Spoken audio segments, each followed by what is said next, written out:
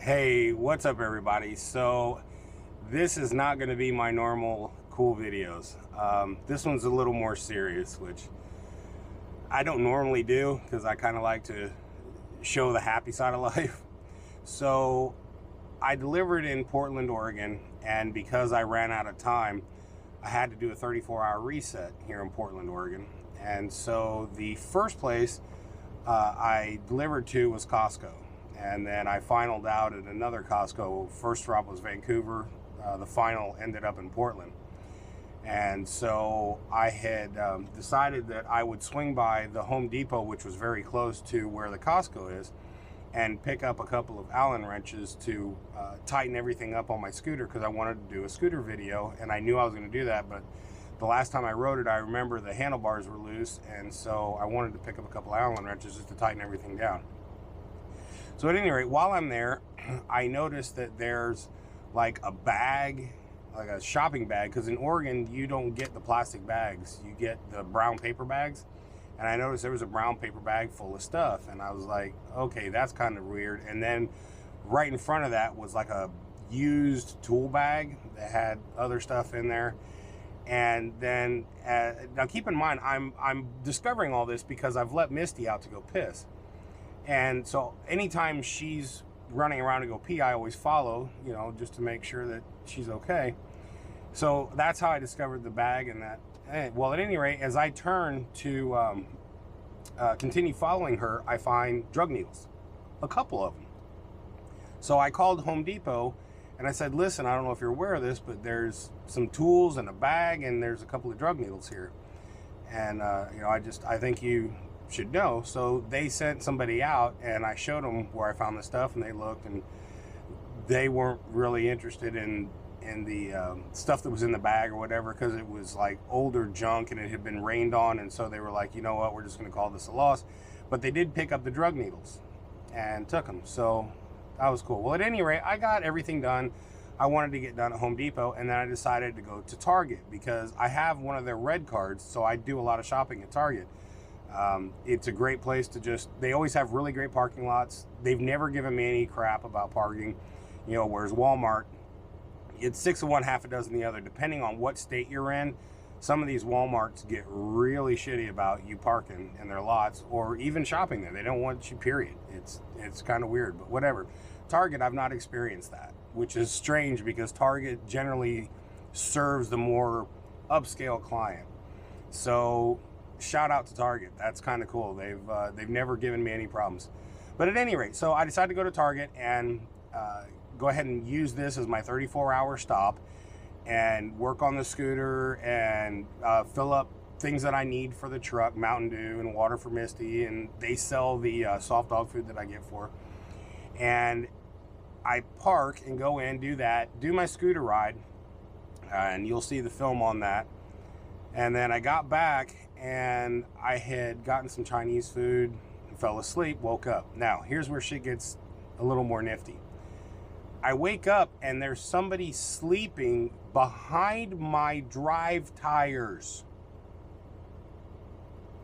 Okay? They were sleeping behind my fucking drive tires. Had I have backed the truck up, which I'll have to do when I leave here because I'm kind of parked where the front of the truck is with one of those little U-shaped parking blocks, okay? Like my tire is just right up against that, and I normally always park that way. Anytime I park, I always make sure my nose is facing where I can get out. But when I had first got here, there was a car there, so I kind of just pulled up towards the car. Well, eventually the car had moved, so I pulled up towards the curb. But at any rate, all I got to do is just back up about 3 or 4 feet and then just continue on through the curve. So at any rate, had I backed up, I'd have run right over him. His head was on a pillow right behind the tire. I'm like, holy shit, right? So this dude takes off, and so that's done. At this point, I'm just kind of like, holy shit, I'm freaked out. Then I let Misty out to go use the restroom, and I'm gonna post the pictures that I took because I didn't do video at the time. I was on a phone call, and so you can't take video and be on a phone call at the same time. So I took a bunch of pictures. So I'll put those in between here. And I was just blown away. There was needles everywhere, and needles bent up, so that if you weren't paying attention and stepped on that, or if Misty had stepped on that, I can't even fathom what would happen. So I called Target Security, and they came out and they were like, oh yeah, there's some more. And it was just no big deal for them. And so I got to talking to the security people. There was two of them, a man and a woman. And I don't want to say names or anything. They were both really, really great people. And if you happen to be watching this, you guys were awesome. But I asked them, I said, what is it like, you know, having drugs? And it's basically legal. And they corrected me, which was cool, because they gave me the actual lowdown on this. It's not that it's legal. What they do is give these people a fine. Now, they know damn good and well they can't pay the fine. And what she was also telling me is that what's even worse than that is they get messed up right here in their parking lot. Then they go in the store and get belligerent and crazy while they're in the store. Then they have to take them out of the store. But before they do that, they steal a bunch of shit and will take off. Now, if they catch them, they'll be able to retrieve the property. But if they don't, even if they catch them and call the police, they're not going to get charged with anything. They're just going to let them go. And so apparently they're losing a lot of, you know, goods from theft, and they can't really do anything about it. And it just, I don't know, man, it was such a reality check. You know, I've told my dispatchers, I don't want to go to Oregon and I don't want to go to Washington. I wouldn't be here had there not have been a bit of a hiccup at my company and my normal dispatcher was not running me. It was another guy. So because my normal dispatcher wasn't working, I ended up here. And I was hoping I could get in and get out, but because of my hour situation, it just wasn't going to happen. So, you know, dealing with this and seeing it in person. Now, if you watch the video prior to this, I show you the amount of homelessness that I was riding past on the scooter, and it's rampant. It's everywhere, especially along the channel. If you look at where the Portland International Airport is, which is where I filmed most of that video, there's a channel that runs right behind one of those tarmacs. And along that little channel there, you know, is just hundreds of homeless people. And on the streets that are right by it, I believe it was called Harmony. I'm pretty sure it was North Harmony Road. Under the overpasses, there's tons of them with these tents and carts and whatever they've been able to take set up. And they're just, half of them are just sitting there like they don't exist, and the other half are just out of their mind because they're all fucked up on drugs. This is an insane situation. You can see it on the news, you can watch it on YouTube, but when you're here and you see this in person, it will blow your mind. This is a situation that shouldn't exist. It's sad and it's scary. Had Misty stepped on one of those needles and gotten sick and died, it would have killed me. I don't know if I could make it through losing her like that.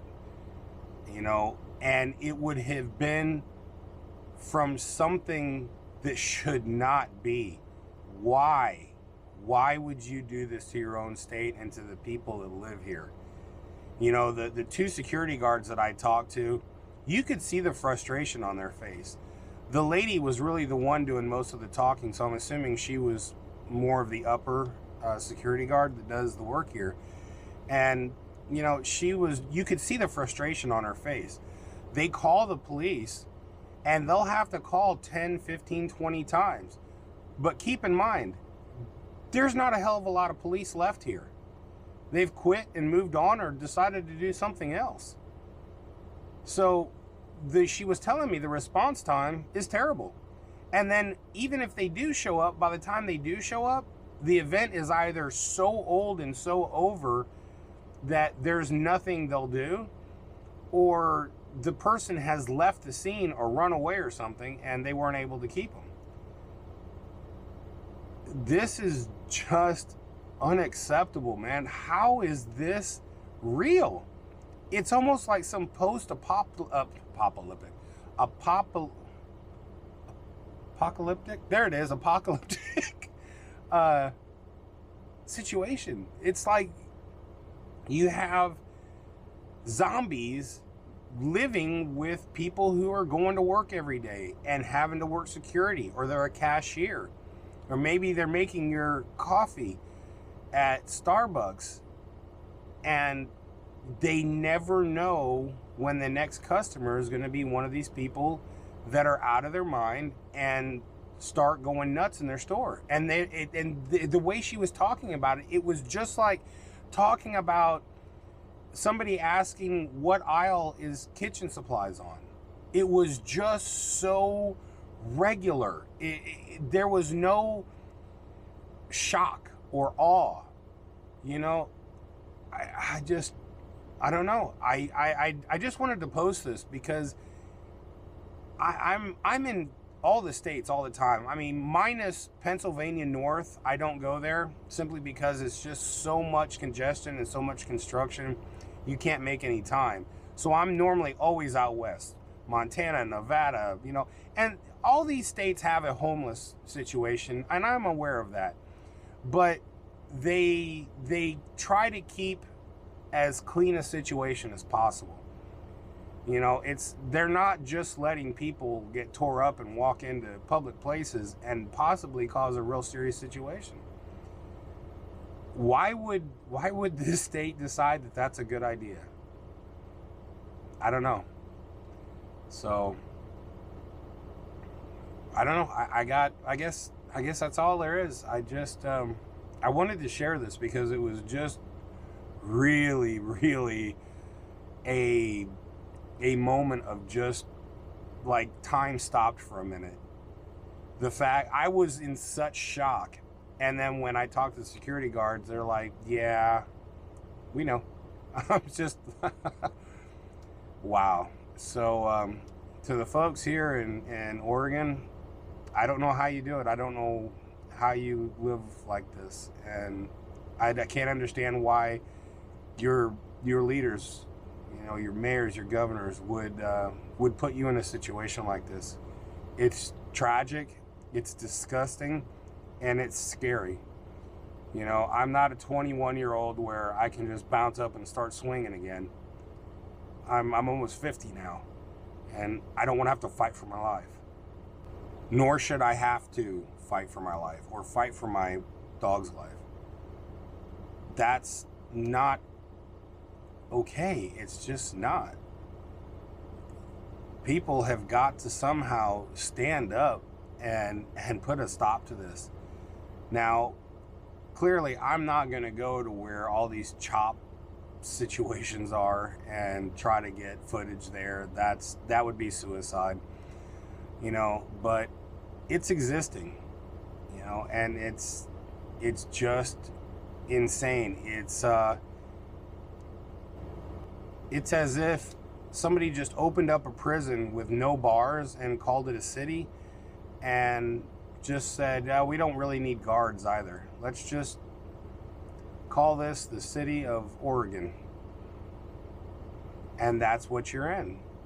Unfortunately, you have good people that are also trapped in that. And they're trying to do the right thing and lead a normal life. But instead, they're having to try to do that amongst drug addicts who, you know, you reach a certain level of depression and hopelessness and you find that drugs are easy to obtain and now no one's going to bug you to do it. There's no more hiding. Now you just get your drugs and you do them wherever the hell you're at. It doesn't matter who's watching or what's going on. You know they're not going to call the cops. There's no need. No one's going to show up, and even if they did, they're not going to do anything about it. They're going to give you a ticket that you're never going to pay. I don't know. Let me know what you think. And anyway, till next time, see ya.